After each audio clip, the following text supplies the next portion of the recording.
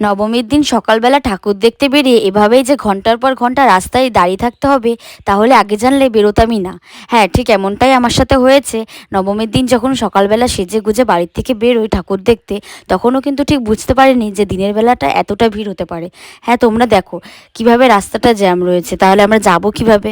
এত ভিড় কাটিয়ে খুব বেশি দূরে কিন্তু যেতে পারিনি। তার একটাই কারণ, কারণ রাস্তায় ভীষণ ভিড় ছিল। তার জন্য রাস্তার পাশে একটা প্যান্ডেল দেখি আর সেখানেই আমি যাই। তবে প্যান্ডেলটা খুবই ভালো লাগছিল আর হাতের কাজগুলো খুবই সুন্দর লাগছিল। সে প্যান্ডেলের ভেতর এসেও দেখি প্যান্ডেলে ঢুকতে পারছি না, এতটাই ভিড়। সে ভিড়ের মধ্যে ঠাসাঠাসি করে ঠাকুর তো দেখলাম, ভালো মতন প্যান্ডেলে ছবি তো তুললাম, তোলার পরে ছবি তুলতে পারছিলাম না, তাও তুললাম।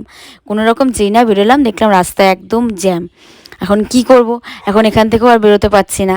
এখন ভাবছি বাড়ি চলে যাব, এত দূর আসলাম, ফিরে যাব বা ঠাকুর দেখবো, কোনোটাই পারছি না। রাস্তার মধ্যে রোদে দাঁড়িয়ে থাকতে হচ্ছে।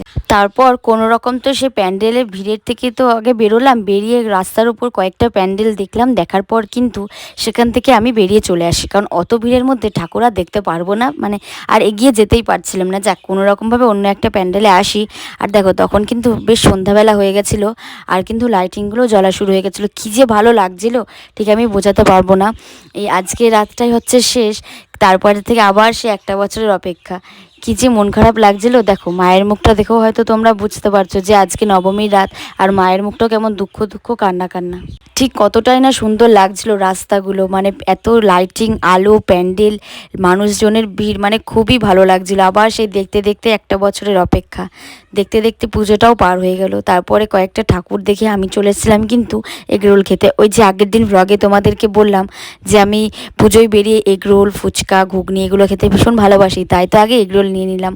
এগরোল খেয়ে কিছুটা রাস্তা এগিয়ে আমি চলে এসেছিলাম কিন্তু দেবনাথ স্কুলে।